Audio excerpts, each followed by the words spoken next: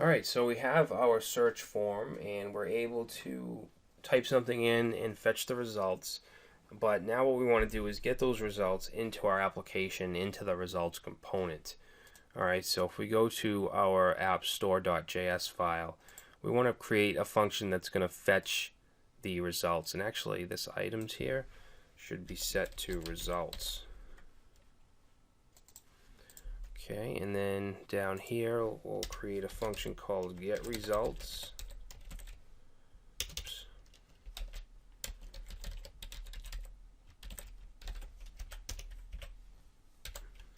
Alright, and all we need to do is return underscore results.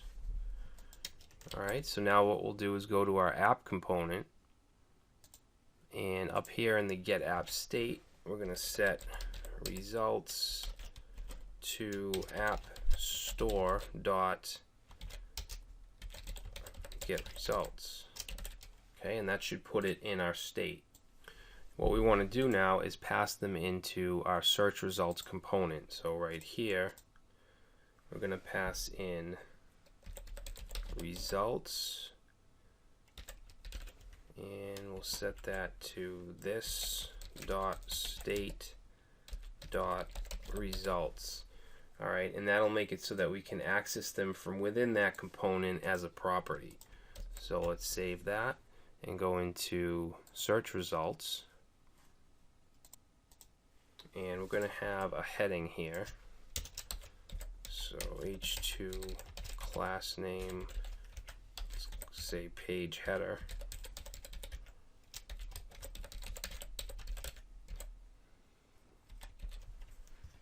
Okay, now if I reload this,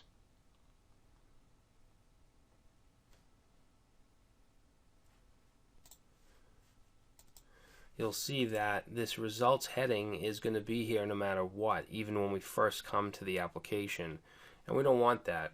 Alright, so that's where that search text state is going to come in. We want to check for that and only display this if there's actually something in it.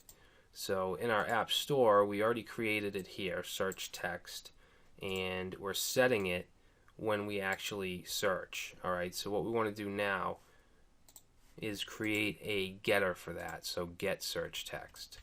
So I'm just going to copy that, and we're going to change this to get search text, and it's not going to take in a parameter, and all we're going to do is return it.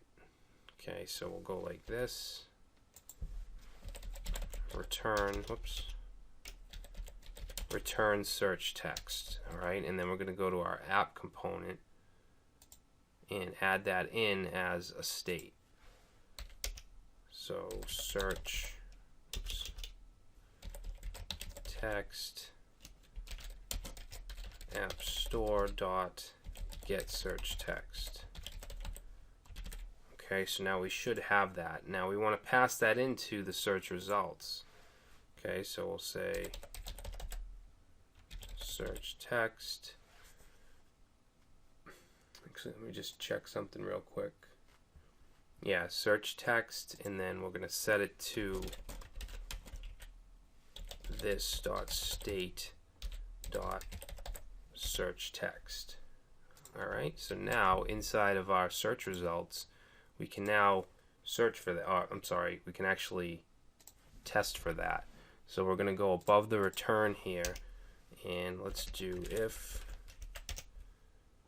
So if this dot props dot search text is not equal to nothing, then we're going to set a variable called results, and we're going to set it to this right here. So I'm going to copy that, and actually we don't need the quotes, we're just going to go like that.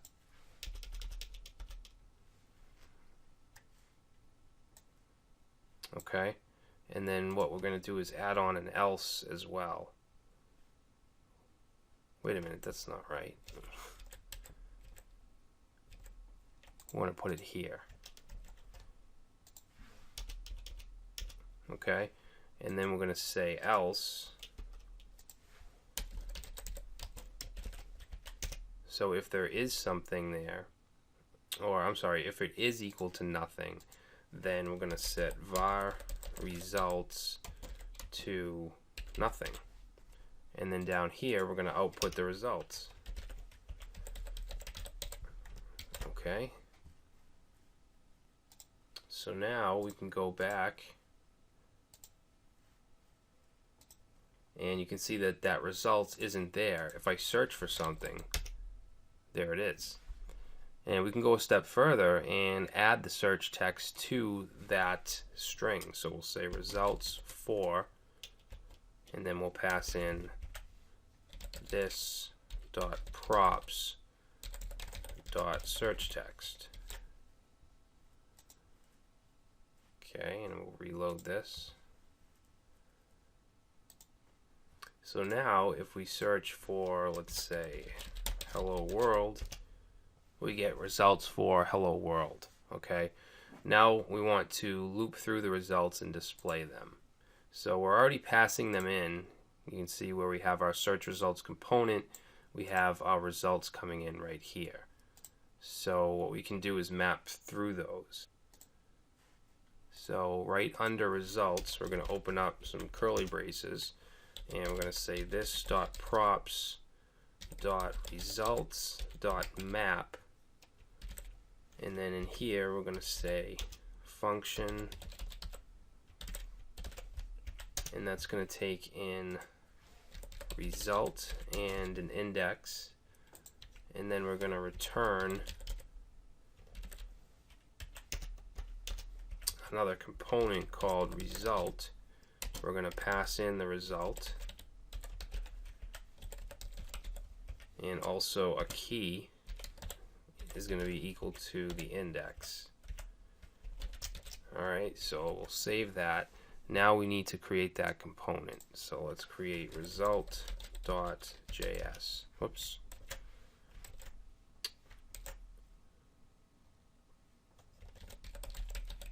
Result.js. Okay, and I'm just going to copy what we have in the search form. Okay, paste that in, and then we'll get rid of, let's change that to result. We'll get rid of this. Okay, we'll change this to result. Alright, and then let's clear the form out. And let's put a paragraph, oops, and we're going to give it a class name of content and also lead. Okay, and then we should be able to grab the result by saying this dot props dot result dot and then capital R result. Alright, so let's see what that gives us. Alright, so let's search for, let's say, New York. Alright, so we're getting result is not defined. Oh, we didn't include inside of search results, we got to include up here result equals require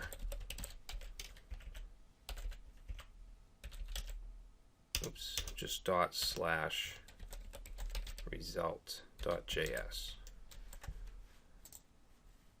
Okay, so we'll reload that.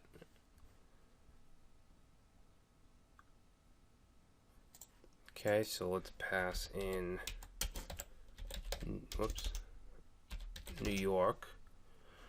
Alright, so it's working, we're fetching the data, but you can see that the actual word is wrapped in a link in an A tag, and by default it's not going to parse the HTML for us. Okay, we have to do a little something to it.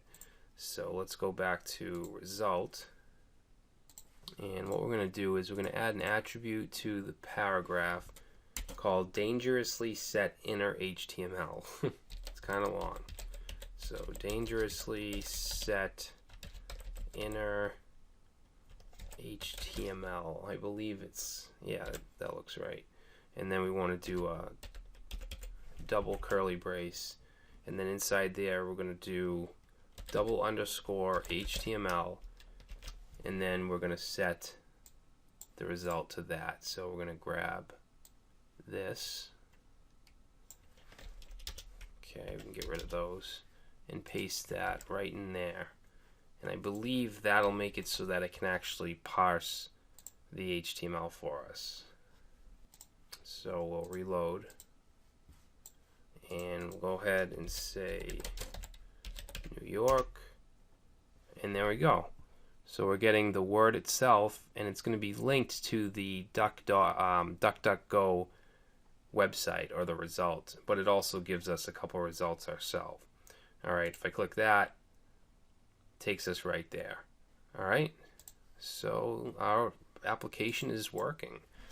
Let's say computer, gives us the results for computer. So that's going to be it for this application. Hopefully you liked it, and I'll see you in the next